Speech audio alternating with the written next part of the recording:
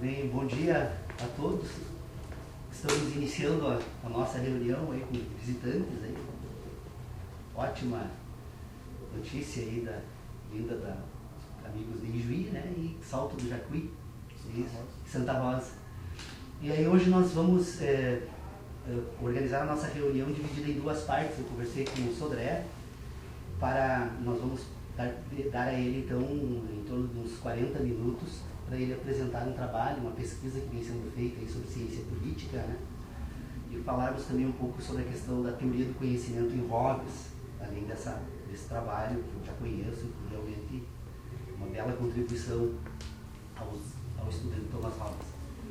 Eu quero aproveitar para cumprimentar o Antônio Tavares, que está nos acompanhando desde a cidade do Porto. Eles têm um grupo de pessoas que estudam filosofia lá e têm feito contato conosco, já fez várias vezes contato, inclusive discutindo assuntos tratados aqui no grupo de estudos. Então eu só antes de passar a palavra ao Sodré, então, para que ele assuma a direção do debate, para encerrar uma discussão que nós iniciamos na semana passada, eu pedi para ele então 15 minutos, rapidamente eu quero trazer então a pauta da questão da comunicação ou da linguagem e o problema do conhecimento, que tem sido objeto de vários debates nossos já no curso da existência do grupo. Também dizer aos nossos visitantes, né, o grupo de estudos ele foi criado em 4 de abril de 2006 por provocação do Dr. Pedro Osório, que formalmente, infelizmente não veio hoje, está sempre presente nas nossas reuniões, e que na época então nos lançamos ao propósito de tentar explicar como é possível entender algo. E depois, né, no segundo momento, como é possível pensar sobre o que entendemos. E por fim, que é o estágio atual dos nossos debates, ainda não iniciamos, mas o nosso propósito agora é ingressar num terceiro momento dessa discussão, que é como é possível falar sobre o que pensamos e o que entendemos. Esses 3 níveis da inteligência humana. É claro que nós já examinamos outras questões aqui que tratam da estrutura orgânica que se movimenta e se processa nesse contexto todo aí que vai tratar em toda a teoria do conhecimento, o que não seria possível nem trazer assim as questões principais que já foram examinadas aqui, porque provavelmente esgotaríamos o tempo, especialmente esses primeiros 15 minutos, que tem talvez um outro objetivo, mas o que eu gostaria de trazer é que na última reunião nós estávamos examinando a polêmica da última reunião. Foi a partir do momento em que eu fiz uma afirmação, que eu disse que eu estava tentando organizar alguns postulados a partir das discussões que nós já fizemos aqui, e que o primeiro postulado então que eu estava apresentando para o debate é de que pensar é relacionar. A partir dessa afirmação, então, nós começamos a tratar dessa questão e a mim me pareceu, pelo menos, que todos nós estávamos cobertos de razões, embora tratando de assuntos diferentes. Então, o grande problema para o exame dessa questão é encontrar uma forma de todos nós tratarmos do mesmo assunto, porque ele é tão complexo que imediatamente, quando colocado em pauta essa questão, ela desperta em todos nós ideias já desenvolvidas e que, na verdade, nos conduzem para discussões diferentes. E, portanto, nós teríamos que fazer um esforço muito grande para tentar fazer essa discussão. Então, essa semana que passou, até tratando desse assunto em sala de aula com os alunos, eu dou aula de filosofia e ética no curso de Direito, e estava trazendo aos alunos o resultado da avaliação e comecei a ser questionado sobre os critérios da avaliação, e a revisão da prova toda ela acabou entrando numa discussão sobre a questão exatamente de que forma é possível filosofar, né? Ou seja, por que nós estávamos encontrando uma certa dificuldade na nossa disciplina, os alunos, no contexto geral, e aí começamos a discutir essa questão, e aí, então, sustentando essa ideia de que pensar e relacionar, eu acabei trazendo um exemplo que depois me ocupou durante toda a semana. Eu até falava com o Sodré hoje, acordei às 5 horas da manhã e perdi o sono tratando do assunto. Então, eu gostaria de rapidamente trazer novamente esse exemplo que eu tratei, então, essa semana com esses meus alunos. Eu dizia a eles o seguinte: se nós vamos tomar então emprestado um exemplo que todos nós temos perfeitamente compreendido, que é a ideia do relógio. Se nós esquecermos completamente a função do relógio e examinarmos o objeto, o relógio em si, o que nós vamos encontrar nesse objeto? Nós vamos encontrar um objeto normalmente que se apresenta de forma circular, dividido em 12 partes, no qual dois ponteiros em velocidades diferentes se movem em torno de um eixo. Objetivamente, o relógio é isso, dois ponteiros que se movem, né, em torno de um eixo, em diferentes velocidades, ordenados então por 12 divisões que se apresentam nesse objeto. Esse objeto em si não nos comunica absolutamente nada enquanto objeto.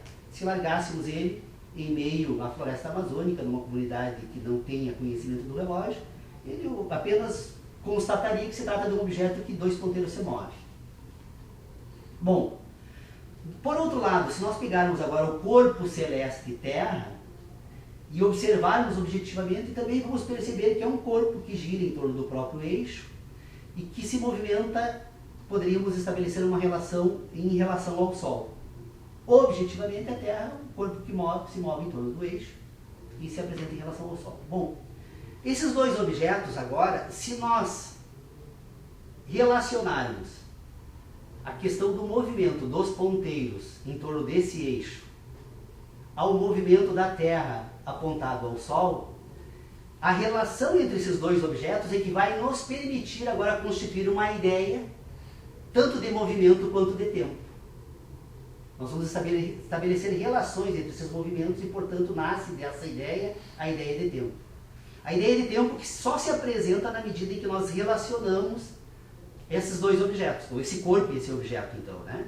Bom, só que não essa questão parece que resolveria o problema das relações que nós estabelecemos entre o relógio e a Terra. Mas nós precisamos ainda observar o seguinte: mesmo que relacionássemos a relação entre o relógio e a Terra, se nós não considerarmos um determinado ponto da Terra, esse relógio novamente perde sentido. Esse relógio que agora estaria apontando 10 horas e 10 minutos, levado para o continente norte-americano, ou levado para o continente europeu ou asiático, ele perderia completamente o sentido. Ou seja, não basta apenas relacionar o movimento do relógio e os ponteiros, o movimento da Terra e o Sol, se nós não estabelecermos um ponto sobre o qual nós estabelecemos essa relação.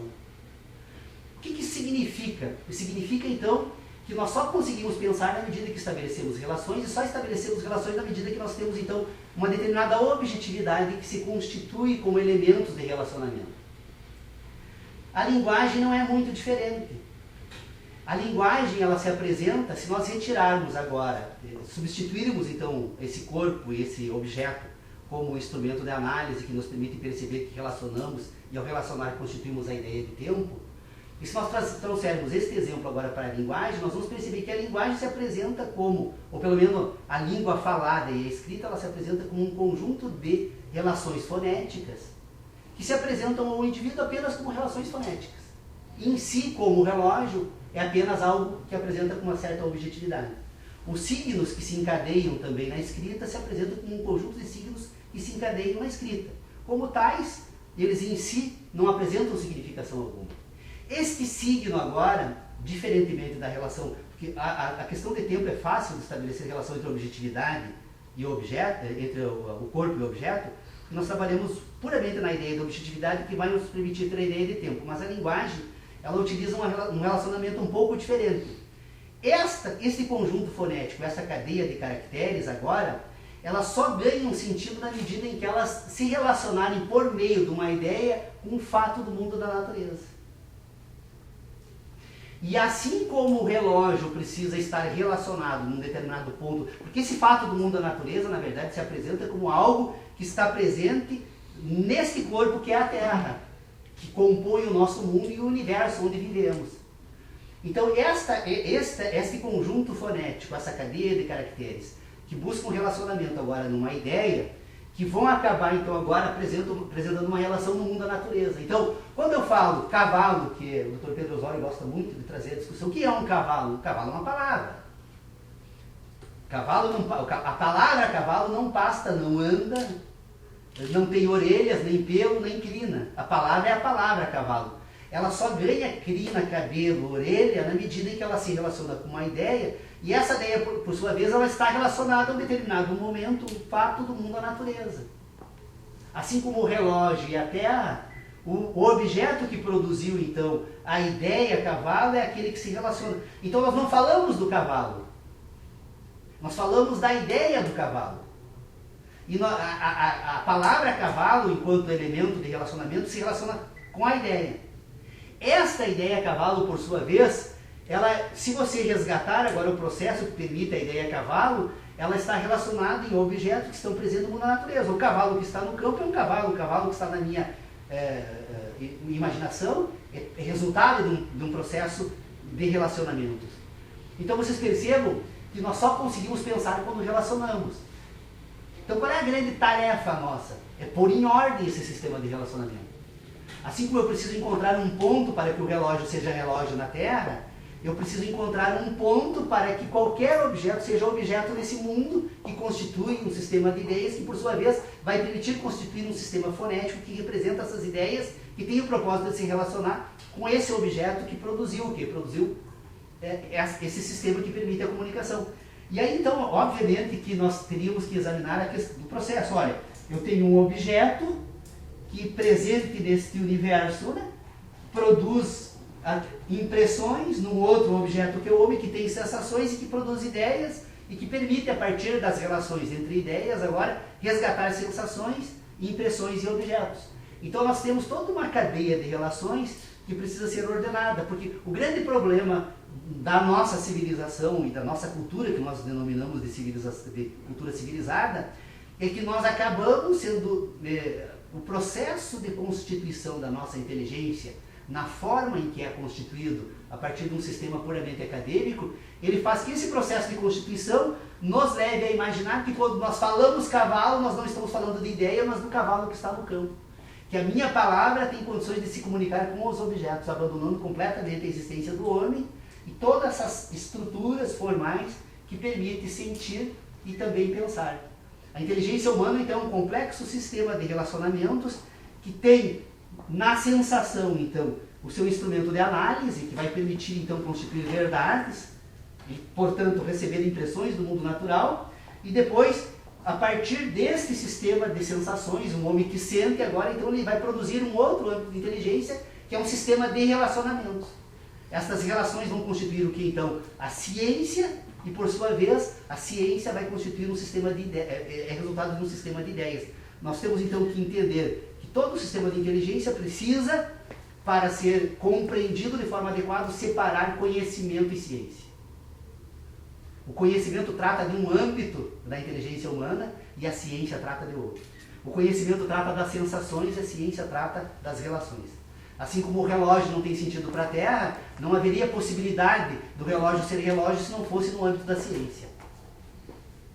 O relógio deixa de ser apenas um objeto que se move em torno de um eixo, com um ponteiro que se movimenta a partir de um eixo, para ser relógio a partir da ciência, que são as relações que nós estabelecemos a partir do sistema de sensações.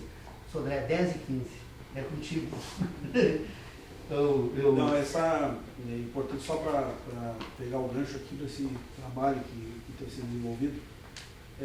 Todo o trabalho que o grupo tem feito, e que o Paulo tem brilhantemente encabeçado aí a discussão sempre, está focado na ideia do que é possível conhecer. O que é possível conhecer no mundo. Ou seja, como é que a gente se referencia aos objetos e como é que a gente pensa e apreende esses objetos. Então, como é que a gente pensa as nossas ideias, então tudo isso é objeto de discussão. Nós já debatemos aqui uma série de vezes todas as possibilidades, né?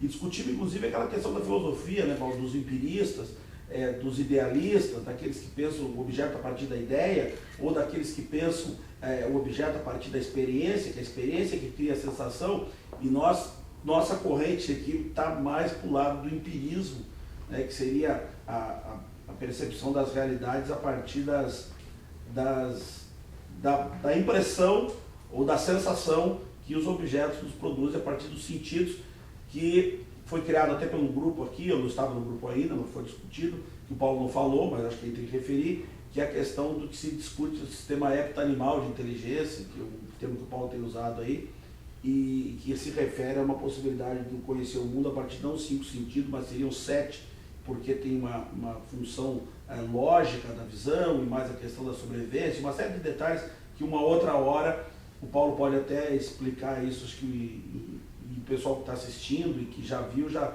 ouviu esse debate alguma vez. Hoje eu fui presenteado aí com a presença dos amigos aí, né, e das pessoas que a gente convivia há muito tempo e dos colegas do grupo, para a gente falar um pouco de considerado um dos empiristas, primeiro grupo de empiristas ingleses, apesar de uma certa discordância minha até no próprio livro sobre isso, não minha, mas obviamente também das pessoas com as quais eu estudei e debati a questão do Hobbes, até que ponto ele é empirista ou não, totalmente empirista, né? Empirista seria empirista puro, mas ele é tido como um dos empiristas ingleses aí, do século XVII. E um nome fundamental e importantíssimo da história da filosofia política, que é Thomas Hobbes. Thomas Hobbes foi, e hoje cada vez está mais claro isso, né? Tirando, o tempo foi passando e com o tempo passando foram saindo os mitos em cima da leitura do Thomas Hobbes. E mitos, eu digo que esses mitos foram criados, né? A gente que estuda um pouco vê que os mitos foram criados do ponto de vista da malignidade do Estado que ele pensa, ou do despotismo e etc.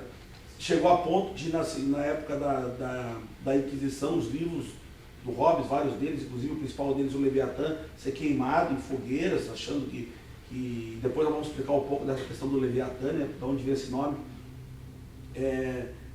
explicando como se o Hobbes criasse uma proposta de Estado completamente absurda, maligna, despótica e etc. E na verdade não é nada disso. O Hobbes ele vive num período da história em que havia uma disputa intensa do ponto de vista político e religioso, e não há como não perceber o pensamento dele, não contextualizar o pensamento do Hobbes dentro do momento histórico que ele vive. Obviamente que o livro dele não trata especificamente do momento histórico. O livro dele é um projeto racional que estabelecia as bases da fundamentação do poder político e do Estado. Mas ele estabelece isso a partir de uma realidade que ele via. Isso não tem como a gente tirar. Não dá para excluir o homem do meio onde ele vive e vice-versa, porque tem uma influência nisso. E o período que o Hobbes vivia era um período de extremas disputas políticas e religiosas. E aí a gente entende o motivo pelo qual ele desenvolveu o projeto que culminou do Leviatã, na verdade, né? O Leviatã é a obra acabada do pensamento político de Hobbes, mas que teve início lá no Elementos da Lei Natural e Política, depois do Cidadão, de Cive, e culminou esse projeto político dele, do estabelecimento da filosofia política em nível de Estado, etc., no Leviatã. Inclusive, com uma discussão até hoje, também atual, sobre o Leviatã, sobre os fundamentos desse Estado em Hobbes. Nós temos duas grandes correntes que estudam Hobbes com posições diferentes. Primeira delas, que o pensamento de Hobbes é um pensamento secular. O que é um pensamento secular? O pensamento seculariza o Estado, separa o Estado da influência do fundamento divino e passa a pensar o Estado a partir de matrizes e origens exclusivamente racionais, né? E depois nós vamos explicar um pouco, discutir um pouco o que seriam essas ideias puramente racionais, da construção do poder, ou seja, da fundamentação e da legitimação do poder político. E outra corrente hoje, mas alguns estudiosos ingleses, europeus e americanos, inclusive uma pesquisadora brasileira, tem um livro muito bom que chama O Problema da Obediência, Thomas Hobbes, onde ela discute que o fundamento de Hobbes da criação do Estado, na verdade, é para fazer cumprir a vontade de Deus. E os seculares entendem que não, que Hobbes veio para desvincular o Estado de cumprir a vontade de Deus.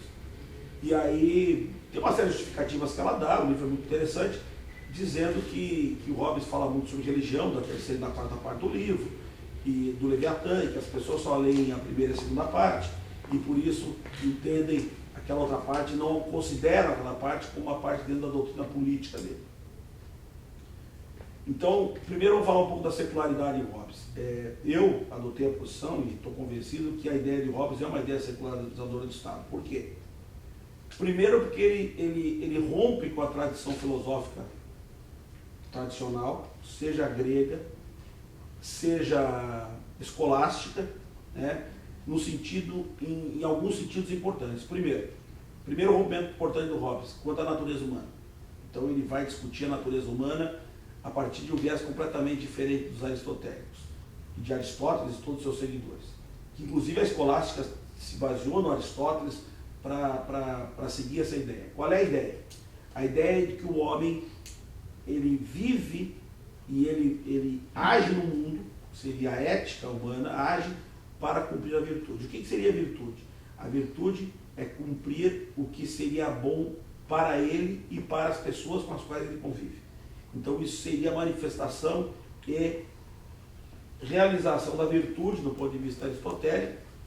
Como diz o professor Clóvis Barros, que é um estudioso da USP que eu gosto muito de assistir também, basicamente o homem vive porque ele busca uma vida boa. Ele diz a ética do Aristóteles seria essa. Então isso seria o cumprimento da virtude. Esse cumprimento da virtude seria o que motivaria o homem nas suas ações.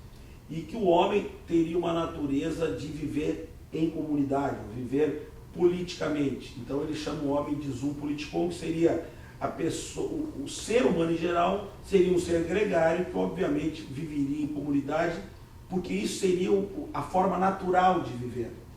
Isso seria uma forma natural, não uma forma criada, nem uma forma pensada, mas uma forma que seria da própria estrutura humana isso. Porque, do ponto de vista do Aristóteles, nós não estamos negando Aristóteles, não, pelo contrário.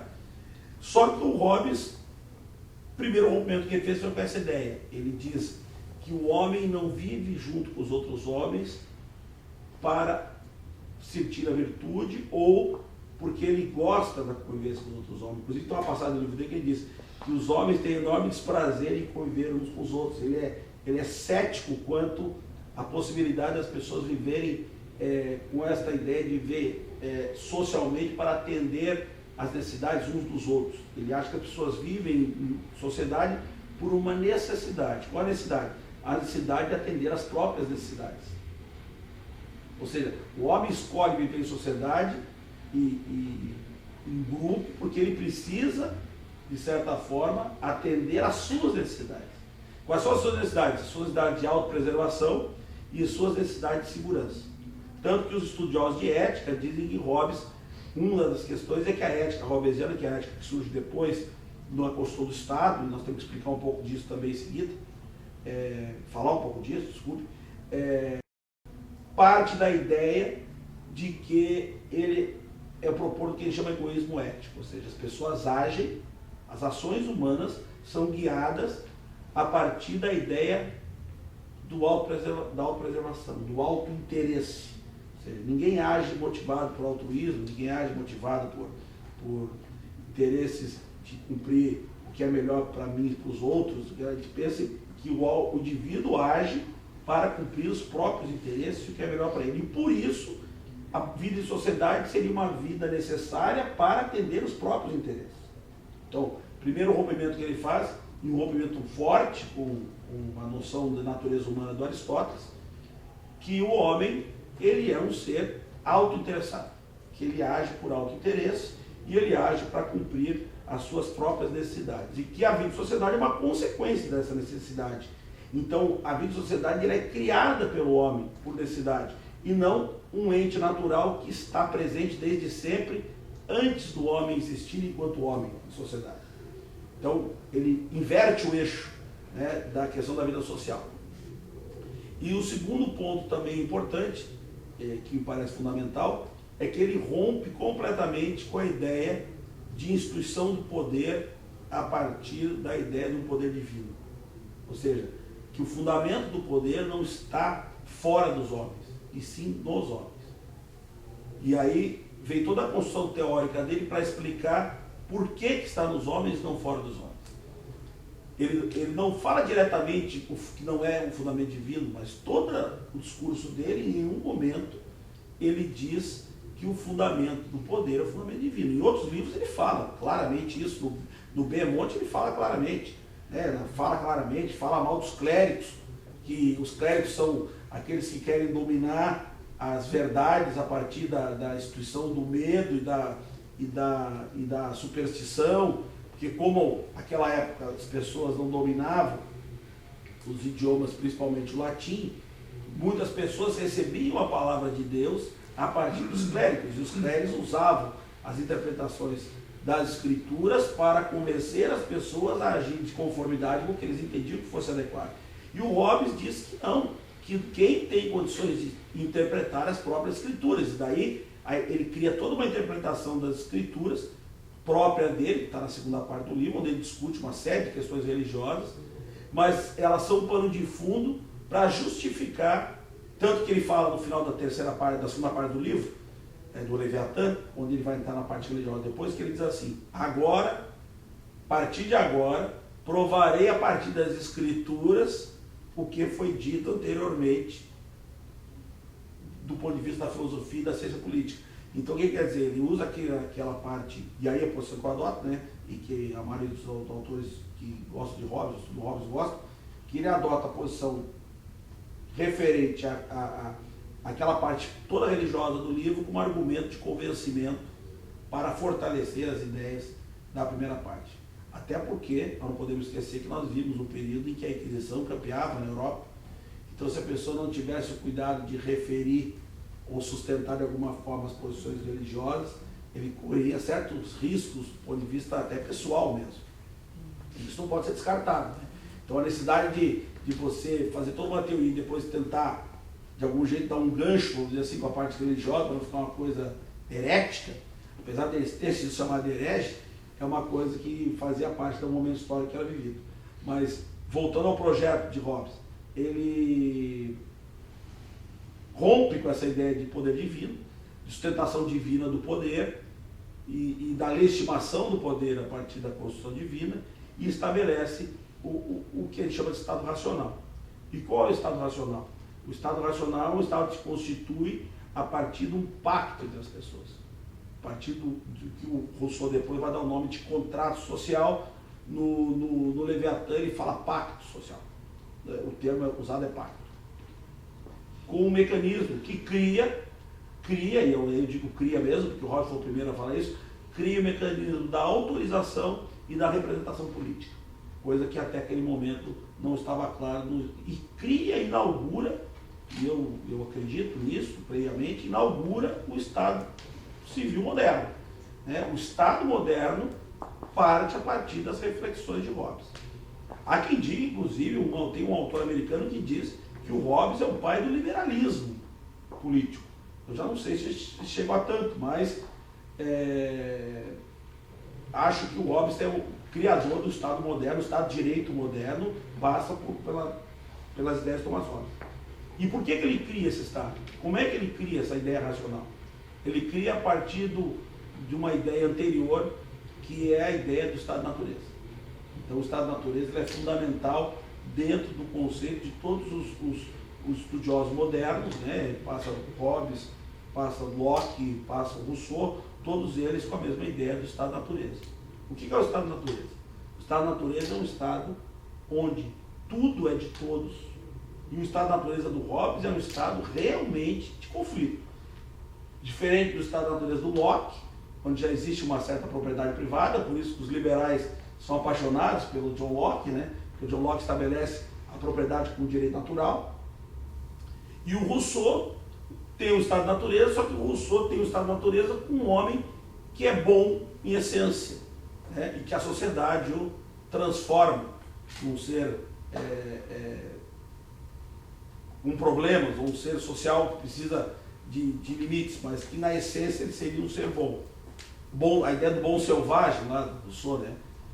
O Hobbes não, o Hobbes pensa o homem num estado de natureza onde o homem age por auto-interesse,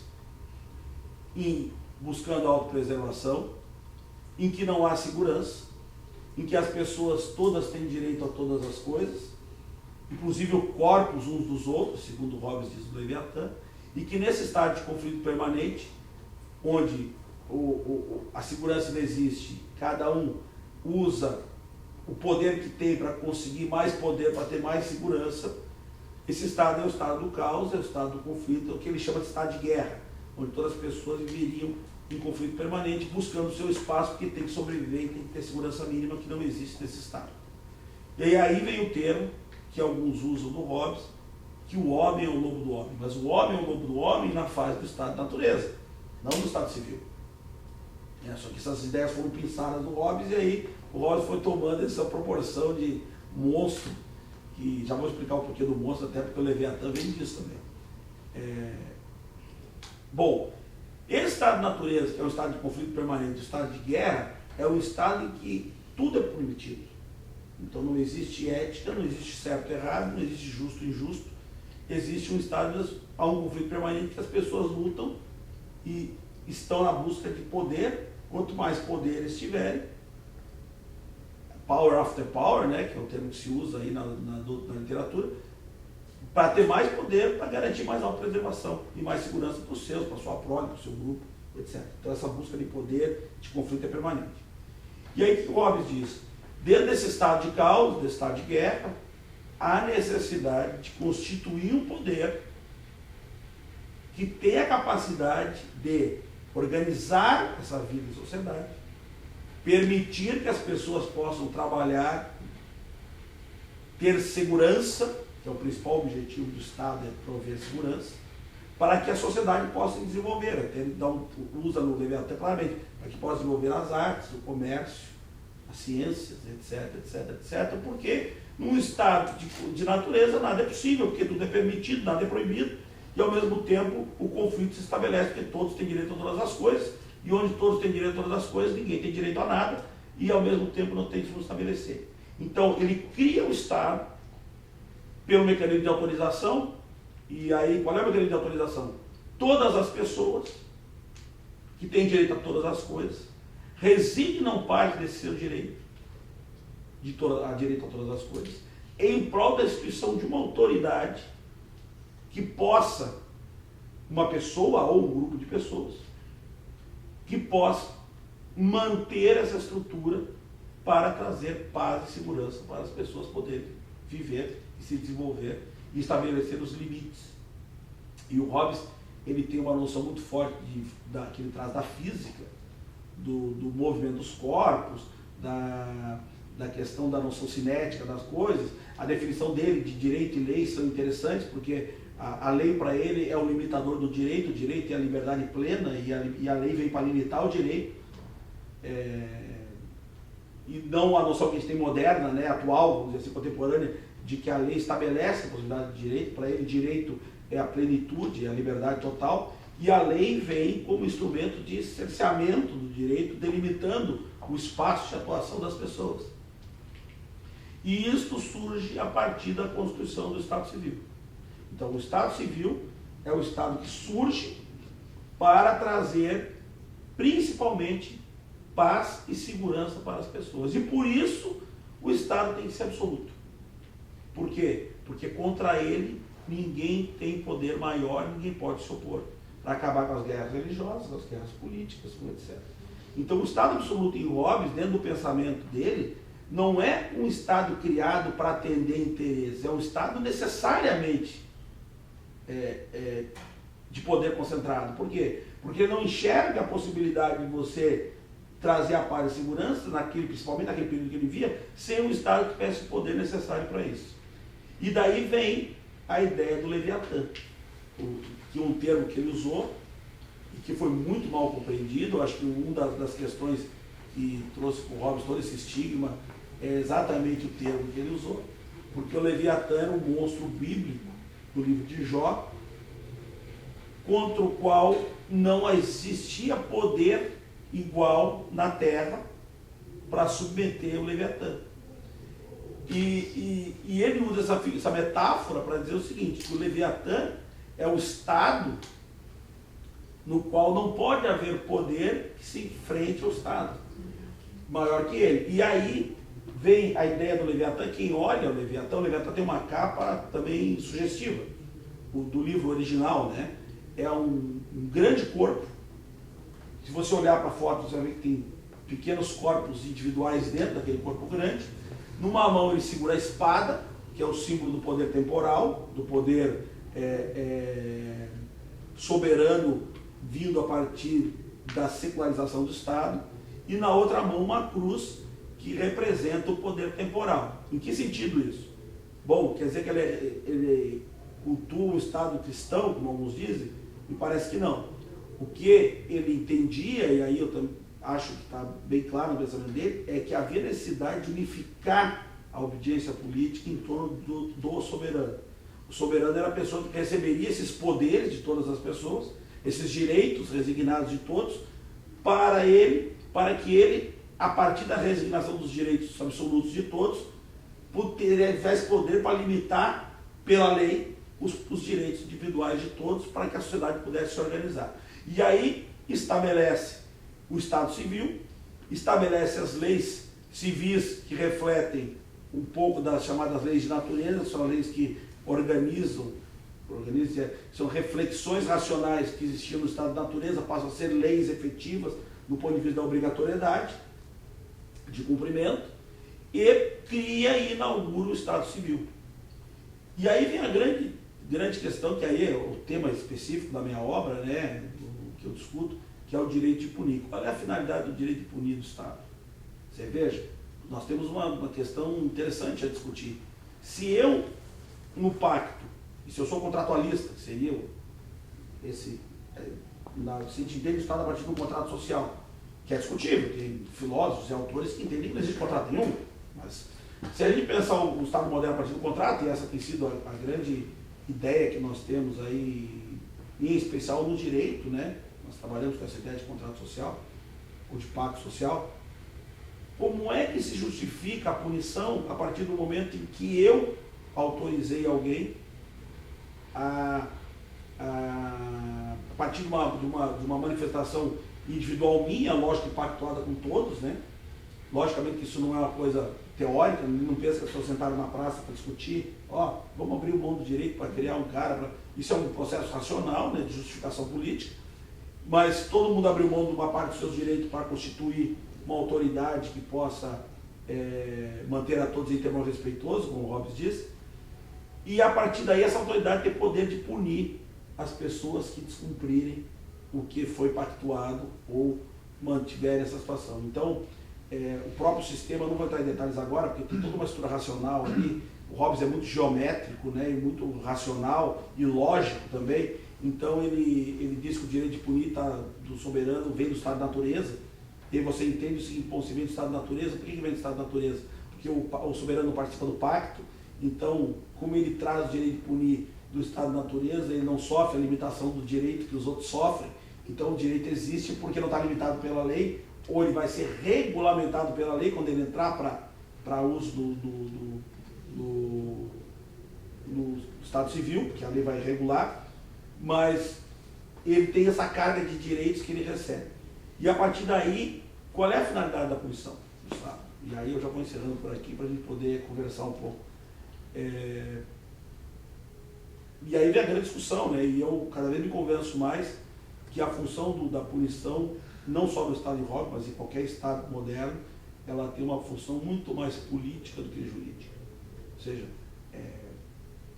nós trabalhamos no direito, inclusive no direito, temos a tendência de entender a punição como um reflexo de uma atitude jurídica, ou seja, um descumprimento da norma, e o descumprimento da norma vai levar à reação da ordem jurídica, que é o termo que a gente usa, para tentar restabelecer a própria ordem jurídica. Lógico que do ponto de vista jurídico isso está certo, mas qual é a grande finalidade da punição? Será que a grande finalidade da punição é simplesmente restaurar a ordem jurídica? Parece que não. E no Hobbes fica muito claro isso, por quê? Porque você percebe, e aí uma pergunta que eu me fiz quando eu estava discutindo e lendo, assim, a partir de um questionamento de uma autora que eu li, a autora diz assim, por que o homem obedece? A pergunta que ela faz, por que o homem obedece politicamente? Esse problema da obediência com as Hobbes. Se ela um dia nos assistir, a Tami Progremis, que eu encontrei no encontro, faz uma brilhante pergunta, dizendo assim, por que o homem obedece? E aí ela vai justificar lá, a partir da teoria dela, por que ela entende que o homem obedece. E a partir dessa pergunta, eu me fiz uma outra pergunta. Por que o homem se mantém obedecendo? Porque uma coisa é você obedecer hoje. Faz um pacto, faz um acordo, obedece. Tá, vamos cumprir. Tá, vamos cumprir. O que me garante que daqui um tempo qualquer, um intercurso de tempo, eu chego à conclusão que não, eu não quero mais cumprir isso? O que me garante? O que garante, por exemplo, que o pacto que eu fiz, o Estado de ceder meu direito, me dá o direito de amanhã dizer assim, não, eu não quero mais. Quero sair desse pacto. Lógico que não é bem assim. A estrutura política não é tão simples assim, mas vamos, do ponto de vista teórico, pensar nisso. Me parece que o que mantém esse pacto funcionando, a partir do momento que o Estado se constitui, é a existência da punição. A punição é o elemento que estabelece e que garante a pactuação feita pelas pessoas no pacto ou no contrato social originário. Então, depois que surge o pacto, que surge o contrato social, aí estabelece o poder político, conforme as ideias até do Robin, vira um ente, vira um corpo, né? Ele usa a ideia de corpo, diferente de Aristóteles falar de substância, ele vira um corpo, e um corpo próprio, só que um corpo artificial, mas um corpo próprio, que tem as próprias ideias, as próprias movimentações, e esse corpo ele vai fazer tudo para se manter em movimento, que é o termo que o Hobbes usa do ponto de vista que ele trouxe a ideia da física. E bem interessante até, porque essa ideia da física dele veio a partir de uma série de questões, e uma delas pela descoberta de um médico, William Harvey, que circulava no corpo, né? E aí a partir daqui ele pegou a ideia de movimento e desenvolveu toda a teoria em cima disso também. Então eu estou convencido que o que faz o homem continuar obedecendo é a existência da punição. Então a punição pode ter até uma função jurídica, mas a principal função da punição me parece que é política. E no pensamento de Hobbes eu acho que realmente é interessante. E aí ele faz uma conexão lá final com a ideia de crime e pecado, que parece contraditório, mas nas análises que eu fiz me parece que não é contraditório, porque ele, na verdade, ele usa aquilo como argumento de convencimento para unificar a obediência política todo soberano, seja a partir dos argumentos racionais, temporais, teóricos, laicos, né? Seja a partir dos instrumentos religiosos também, porque ele usa essa ideia de crime, de pecado, etc., também como justificação para cumprir a autoridade do soberano. Acho que dá para a gente iniciar o debate a partir dessas reflexões aí. Com a palavra do coordenador aí. Os nossos convidados aí. Giancarlo, por favor, porque é nosso robesiano aí. Tá certo. Bom dia a todos. Eu acho que o professor Sodré falou muito bem do Hobbes e tocou num ponto que eu acho fundamental, que é essa ideia de movimento. Né? O Hobbes também tem uma filosofia natural e ele vai observar o movimento dos corpos, e a filosofia política hobbesiana vai ser fruto do movimento do homem. Né? E esse movimento do homem ele vai decorrer de sensações, né? E de imaginações, e isso vai levar o homem para algumas paixões. Essas paixões elas vão poder ser boas, para o nosso entendimento subjetivo de bem, e vão poder ser ruins, que seriam as aversões. Como tudo isso é subjetivo, e vejamos, no estado de natureza, estamos todos absolutamente iguais. O que vai regular que nós não saiamos dessa verdade estatal, desse bem estatal, é exatamente a punição, porque é ela que vai manter o coletivo, o grupo coletivo, ainda igual, mas com um soberano que vai estar acima. E aí esse soberano que está acima, ou o Estado, ou uma assembleia de homens, como o próprio Hobbes fala, é que vai manter essa unidade. E, portanto, a punição ela vai ter um papel fundamental. Porque, ao mesmo tempo que ela vai manter a igualdade daquele grupo que vai entrar dentro do pacto, ela também vai regular que você não saia daquele pacto. Porque se o homem é sólido, como o Hobbes vai colocar, no estado natural, ele pode pensar, bom, com o pacto eu estou seguro, e agora eu vou usar isso em meu benefício, em alto interesse. Então, enquanto todo mundo vai respeitar essa regra, eu não vou. Eu vou desrespeitar o pacto. E daí a punição vem e diz, não, você não vai desrespeitar o pacto. O pacto vai ele vai ser preservado por todos, e daí a punição efetivamente tem um papel fundamental. Ele falou uma coisa muito importante que eu não falei, porque o tempo todo para falar, consegui falar o projeto todo, mas tu tocou num ponto também muito importante, que é a questão das paixões, né? Isso. O Hobbes elabora a discussão da natureza humana de forma muito clara, e ele detalha, inclusive, ele estabelece uma ética própria ali, discutindo a natureza humana a partir das paixões e das aversões, né? E ele discute também que essas aversões, ou esses vícios, como a gente pode chamar, usando um termo mais menos laico, vamos dizer assim, ou aristotélico, Aristóteles também usava esse termo, na Ética de Nicômacos, ele vai criar um homem que é um homem, como diz, que vai para o Estado, que pode usar aquilo contra os interesses do próprio Estado e da própria sociedade. Então, essas paixões de Hobbes, ele analisa isso com bastante tempo lá do Leviatã, a partir, ele se detém um pouco na teoria do conhecimento, mas não é o mote principal dele, né? Ele já parte do homem, a partir do homem recebendo as sensações e processando as sensações, e principalmente os sentimentos decorrentes dessa vida, para depois estabelecer as condições do homem no estado de natureza e a necessidade do Estado. E aí o que ele diz? Ele usa, e o Estado, ele sofre a partir de duas coisas bem importantes, né? Que ele diz que são as questões que levam à morte do Estado, que é a sedição e a guerra civil. Ou seja, são as duas coisas que são as doenças que ele diz do Estado e que podem levar o Estado à morte. Então tem que combater a guerra civil, era oriunda daquelas disputas políticas, e a sedição, segundo Hobbes, a partir das influências das discussões de natureza religiosa que vinham insidiosamente delapidando e solapando, vamos dizer assim, a autoridade moral do soberano pela necessidade de instituir um poder político, um poder religioso, eclesiástico, ou espiritual, como usa um autor que escreve muito bem sobre Hobbes no Brasil, para legitimar esse poder político. Hobbes vai inverter isso, não. O soberano, ele é o detentor do poder político e religioso. Portanto, os ingleses, explica a tradição inglesa, né, de que o rei é o chefe da igreja Anglicana. Lógico. Por quê? Porque a igreja justifica aquela noção. São hobbesianos, então. Ele parte a partir da história. Na verdade foi porque um rei queria casar, porque ele já tinha se separado, né? Mas e aí ele criou a anglicana, mas a justificativa teórica. Mas eu percebo no Martinho Lutero essa questão do Hobbes aí, né? Eu acho que na igreja luterana. Mas não tanto. Mas pegando o gancho da culpa não, da punição, até que ponto ela atinge um caráter pedagógico quando aquele que quer usar do Estado para se beneficiar e o Estado vem com a intenção de não, tu não, vai ficar abaixo do Leviatã também, ela tem esse caráter pedagógico, né?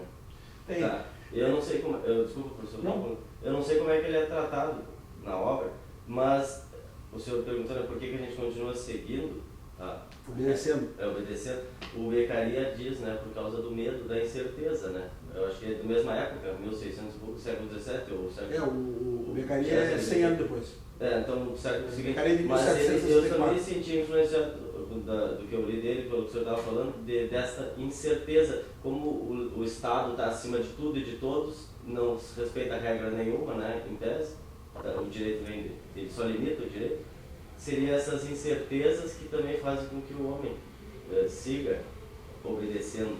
E só para dizer uma coisa, essa discussão do Hobbes, Rousseau e Locke, ela é muito bem trabalhada, eu acho que ela é muito bem trabalhada na série Lost, onde os homens são colocados em estado de natureza, onde todos são, até um que é deficiente, que por acaso se chama Locke, e que vai ocupar o papel principal na série, ele tinha uma deficiência e naquele estado de natureza ele se iguala aos outros, ele perde as deficiências, fica em estado de natureza, ele fica igual. Um monstro. E cada um busca a sua Cada um busca várias paixões sendo limitado, e daí a punição acaba tendo um caráter pessoal, onde cada um deles, quando percebe que fez alguma coisa errada, associa a punição ao que entende como errado. E não tem um Estado constituído, mas ali naquela série começa a se trabalhar essas questões. Tem os personagens, tem Rousseau, tem Locke, tem o Leviatã, num determinado momento que ele aparece com um ser superior e que todo mundo teme, um monstro, exatamente um monstro. E eu queria só fazer isso, eu acho muito interessante também então, essas questões da pedagogia da pena. Mas na verdade na série, até onde eu entendo, ela vem uma questão ali nas sanções que seria a parte religiosa, porque tem o bem e o mal. Pois é, mas o Locke, daí do Estado Liberal também, acaba ganhando destaque também, né? Exato. Mas até então o que se tinha, o que o Estado constituiu, fez sanções, vai dizer, não, tá certo, a partir do momento que a religião fazia isso. Há uma diferença muito importante nos estados de natureza, né, do Hobbes, do Locke e do Rousseau. O estado de natureza de Hobbes é um estado onde não há nenhum tipo de regulação, nenhum tipo de bem e mal, nenhum tipo de certo e errado, nenhum tipo de controle, nenhum tipo de direito, nenhum tipo de ética. É um estado de conflito mesmo, permanente. Cada um luta pela própria sorte para garantir a sua sobrevivência. Essa é a ideia do Hobbes. Individualista. Individualismo, porque não há outra opção a não ser individualista, de acordo com a natureza humana é essa, e as pessoas buscam um poder permanente para garantir a sua sobrevivência e segurança, cada um dos seus e dos outros, das pessoas, dele e dos seus. Então, esse conflito entre essa busca de poder no estado da natureza leva a um estado de guerra permanente. Daí eles falam, os termos mais famosos do Hobbes, pensado que o homem é o lobo do homem. Mas o homem é o lobo do homem, tipo uma precisão de natureza humana que ele tem, e num estado de natureza onde tudo é possível. É racionalmente pensado por ele. Né? Por que ela é diferente do estado de natureza do Locke, por exemplo? O Locke usa a mesma ideia de estado de natureza, todos os modernos usam a ideia de estado de natureza. Só que o estado de natureza do Locke, ele prevê alguns direitos do estado da natureza, dentre eles a propriedade privada. Então, a propriedade particular, a partir do homem chegou e se apossou do espaço, é meu, então ele trabalha com isso. Por isso que o Locke ele é tão festejado pelos liberais, pela ideia de que ele institui a propriedade privada como direito natural. Não estou dizendo nem que não seja, estou só discutindo a questão de se é ou não, aí é outro problema. Mas lá tem algum direito, o estado da natureza do Locke. E no estado do Rousseau também tem algum direito, e o homem não é tão complicado, vamos dizer assim, tão ruim que nem o homem do Hobbes. Mas no Hobbes não há possibilidade alguma de convivência humana. Então, dentro desse conflito absoluto, nós temos que criar uma coisa que tenha poder de ordenar e de organizar essa sociedade. E aí vem o Leviatã. Depois de criado o Estado, o Leviatã, e aí parece que o Estado é monstruoso, porque tem o nome do monstro, mas não é, esse Leviatã vai organizar a sociedade de modo a estabelecer os limites dessa convivência. Os limites são as leis. E esses limites, a partir das leis, vão mostrar para as pessoas, mas as pessoas têm a liberdade para agir dentro daqueles limites. Ele usa até a metáfora do rio, né? O rio tem liberdade para correr, só que as margens limitam o traçado do rio, onde o rio vai. Então essas margens seriam as leis. O homem tem liberdade para agir, mas ele está limitado pelas leis que vão conduzindo dentro do Estado Civil. E no Estado Civil surge a ideia do certo, do errado, do bom e do mal, a partir do estabelecimento de umas leis e da necessidade de estabelecer uma ética, que lá no estado da natureza não existia. E aí as pessoas passam a ter que agir de conformidade com uma moral estabelecida também no Estado Civil. No estado hobbesiano de natureza não existe moral, não existe nada. Então as pessoas agem instintivamente, vamos dizer, para buscar só o próprio poder. E aí sim, no Estado Civil, surge a ideia da punição. Por quê? Porque a punição é a maneira como eu vou manter as pessoas obedecendo.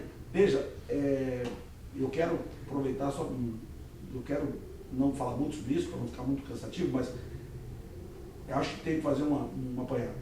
A ideia de punição não é uma ideia de castigo, como a gente construiu na própria história político-jurídica, assim. O castigo, a punição apenas como revide. Lógico que nós temos as ideias de punição como revide, mas a ideia do Hobbes não é a punição como revide, mera e simplesmente. A punição é uma necessidade política, ou seja, uma necessidade de estabelecer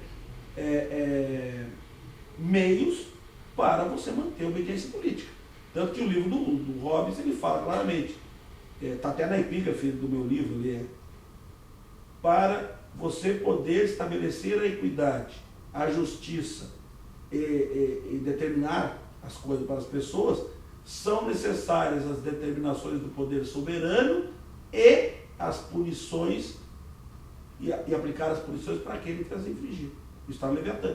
Quer dizer, não existe capacidade de existir um poder temporal que limite o direito das pessoas, ou que estabeleça, que sai, tira do seu estado de natureza, sem um Estado e sem a condição do Estado poder sancionar aqueles que, porventura, a partir dessas paixões, toda essa coisa que o Giancarlo disse, estabeleça o conflito. Então essa é a ideia central da questão da punição, que foi objeto da minha investigação, né? Mas eu confesso que o estudo de Hobbes para mim foi interessantíssimo, por quê? Porque primeiro desmistificou a ideia de que Hobbes era um monstro cruel, que o Estado era terrível, que o Leviatã, que o lobby é o lobo do homem, essas coisas que a gente ouve. Está escrito tudo isso lá. Mas a verdade é que está escrito e a pessoa tem que ler aquilo contextualizado com todo o projeto dele. E não simplesmente pensar uma frase. E essa pensação dessas frases me parece que foram trazidas a partir de quem queria difamar o Hobbes. Então os próprios clérigos, os juristas da época, pessoas que ele enfrentou com as suas ideias. Né?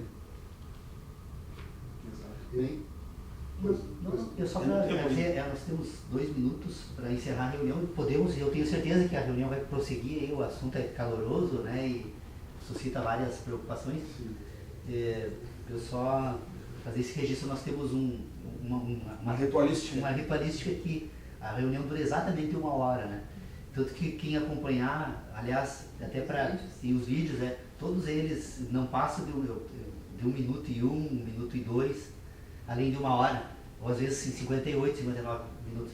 Mas vamos prosseguir sim, com certeza. Eu só gostaria de aproveitar assim, para dizer para as pessoas que estão nos assistindo que todos esses o material esse que é produzido pelo grupo de estudos, depois ele vai ser postado no YouTube. E a palavra-chave, até porque o próprio Sodré já nos falou que nós temos um trabalho que vem sendo desenvolvido aqui, que é o desenvolvimento que é uma teoria sobre o sistema heptanimal de inteligência. Então é só digitar a palavra heptanimal que todos eles vão aparecer daí. Ele faz parte então das tags ali que chamam o vídeo, né? E pedir para então para os nossos visitantes, se quiserem conhecer as nossas reuniões, continuar vindo pessoalmente, que será um grande prazer, não resta dúvida, né? Participar também através da internet. Nós transmitimos ao vivo das 10 às 11 horas essa reunião. Ainda não foi possível a tecnologia. Hoje estamos inaugurando um novo momento, porque o sistema passa a funcionar a partir daqui. Então esse domínio dessa tecnologia vai nos permitir agora introduzir a possibilidade de intervenções à distância, né? Ou seja, a pessoa poderá participar mesmo não estando aqui. É uma possibilidade agora para os próximos dias, né? Não sei quantos serão esses dias, mas para os próximos com certeza. Então, só para essa questão, agradecer e dizer que nós vamos continuar a reunião, né? Nós vamos encaminhar então o encerramento para cumprir o nosso ritual de 1 hora.